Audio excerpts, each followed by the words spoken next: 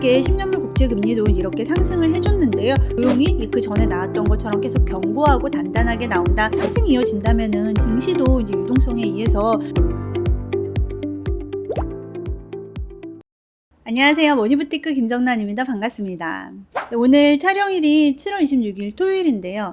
오늘을 기준으로 지금 다음 주에 미국이 슈퍼위크 주간입니다. 다음 주에 FOMC의 중요한 이벤트가 있고요. 또 거기에 더불어서 PC 물가 지표하고 고용 관련 지표들이 주르륵 발표가 됩니다. 또 트럼프 대통령이 관세의 데드라인으로 정한 날이 들어있는 주간이기도 하죠. 우리는 다음 주를 조금 주의 깊게 봐야 되는데요. 우리가 이 지표들이 어떻게 나올지, 또 파월이 어떤 방향으로 인터뷰를 할지 예측은 할 수 없지만 어떠한 결과값에 따라서 우리가 들고 있는 자산들이 움직일 수 있다라는 것은 대비를 하고 있어야 됩니다. 그래서 오늘은 이 부분을 조금 짚어드리려고 하고요. 또 금주에 이제 미국의 10년물 국채 금리가 또 어떻게 움직였는지 한번 점검해 보도록 하겠습니다.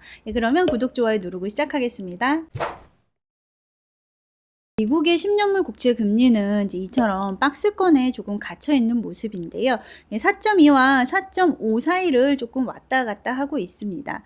저는 이제 개인적인 투자 관련된 상황을 여러 번 말씀드리고 있는데, 조금 이제 큰 돈은 저도 미국의 10년물 국채 금리에 이제 들어가서 기다리고 있는 상황이고요. 그런데 조금 지루하다 보니까 저는 한 4.4 정도 되면 들어가고 4.2 정도 되면 나오는 그런 트레이딩을 약간 하고 있습니다. 그래서 여기 이제 제가 지난번에 4.4에 조금 들어갔다 라고도 말씀을 드렸죠. 그래서 저도 이제 다음 주에 있을 여러 가지 지표들이 금리에 어떠한 영향을 미칠지 좀 촉각을 곤두세우고 있습니다. 지금 미국의 주가 지수는요, 계속 오르고 있습니다. 안정적으로 오르고 있고요. 그렇다 할 주가의 부정적인 소식은 전해지고 있지 않고요. 그런데 이제 다음 주에 각종 주요한 기업들의 실적 발표가 예고가 돼 있어요. 그러한 이제 실적 발표들이 주가에 조금 영향은 줄 수 있을 것 같습니다. 먼저 이번 주에 미국의 10년물 국채 금리 추이를 한번 보면 금리 방향에 그렇게 영향을 크게 주는 이벤트는 없었어요. 그런데 이제 이벤트 중에 하나가 미국과 일본의 무역 합의 발표가 있었는데요. 이 무역 합의 발표가 일본의 장기국채 금리 상승으로 이어지면서 더불어서 커플링으로 미국의 장기국채 금리도 이렇게 같이 올라주는 모습을 보여줬습니다. 일본의 장기국채 금리가 이렇게 올라준 이유가 일본하고 미국하고 무역 합의가 되면서 이제 일본 내 경제 불확실성이 해소가 됐다라고 시장에서는 본 거죠. 경제 불확실성이 해소가 됐으니까 일본 은행에서 금리 인상에 대해서 부담감이 없겠네라고 시장에선 본 겁니다. 그러면서 실제로 일본의 장기물 수요가 부진했고요. 이게 바로 수요가 부진하니까 가격이 하락이 되면서 금리가 큰 폭으로 상승을 해줬었습니다. 바로 이제 이런 그림으로 나타난 거죠. 여기에 맞춰서 이제 미국의 10년물 국채 금리도 이렇게 상승을 해줬는데요. 그 이후에 이제 주요한 지표들이 나오면서 이렇게 조금씩 안정되는 모습을 보여줬습니다. 그래도 이번 주에 미국의 10년물 국채 금리는 박스권 안에서 움직였다라고 보시면 됩니다. 제가 다음 주가 슈퍼위크라고 말씀을 드렸잖아요. 일정을 조금 자세히 들여다보면은 7월 30일에 FOMC가 있습니다.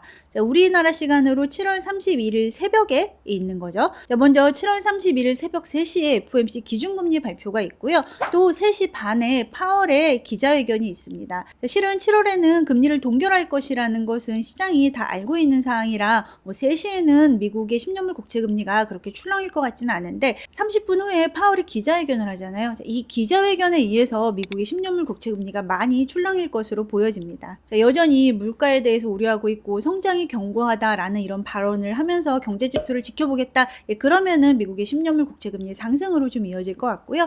트럼프 대통령이 지금 파월을 계속 압박하고 있는 만큼 그 압박에 맞춰서 파월이 기준금리를 이제 9월부터 인하할 것에 대해서 약간의 시사하는 발언을 한다면은 미국의 10년물 국채 금리는 하락하는 모습을 보여줄 겁니다. 그거로 이제 우리가 이제 목요일 새벽에 조금 지켜봐야 되는 거죠. 그리고 다음 주에는요, PCE 지표하고 고용 관련된 지표들이 발표가 되는데요. 이 PCE하고 고용이 왜 중요하냐면은 이제 미국의 연준에서 기준금리를 결정할 때 참고하는 지표들이기 때문입니다. 7월 31일에 발표될 6월 PCE는 지금 7월 초에 이미 발표된 CPI하고 PPI로 어느 정도 다 예측을 하고 있기 때문에 시장에 그렇다 할 파장을 미치지는 않을 거예요. 왜냐면 이미 다 시장 금리로 그대로 반영이 돼 있을 거기 때문이에요. 자, 그런데 이제 8월 1일에 발표될 고용 보고서를 우린 조금 주의 깊게 봐야 됩니다. 그 전에도 7월 29일에 이제 구인이직 보고서 6월분이 발표가 되고요. 7월 30일에는 ADP 민간 고용이 발표가 되는데 이 두 지표는 시장에 그렇게 큰 영향을 미치지 않을 거예요. 잠깐 금리가 흔들릴 수는 있는데 이 두 지표보다는 8월 1일에 발표되는 이 고용 보고서가 조금 많이 중요하고요. 이 고용 보고서에서 고용이 확 줄었거나 실업률이 치솟았다.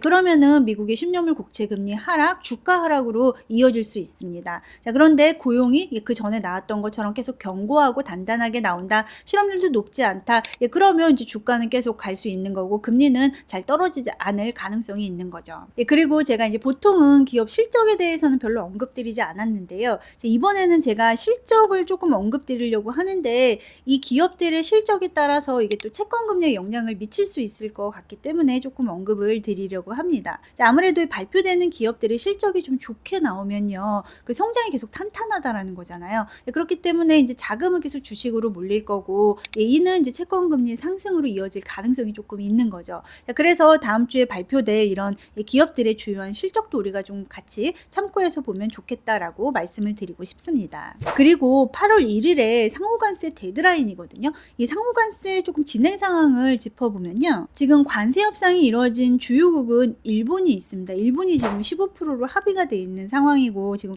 우리나라는 아직까지 합의를 못한 상황이고요.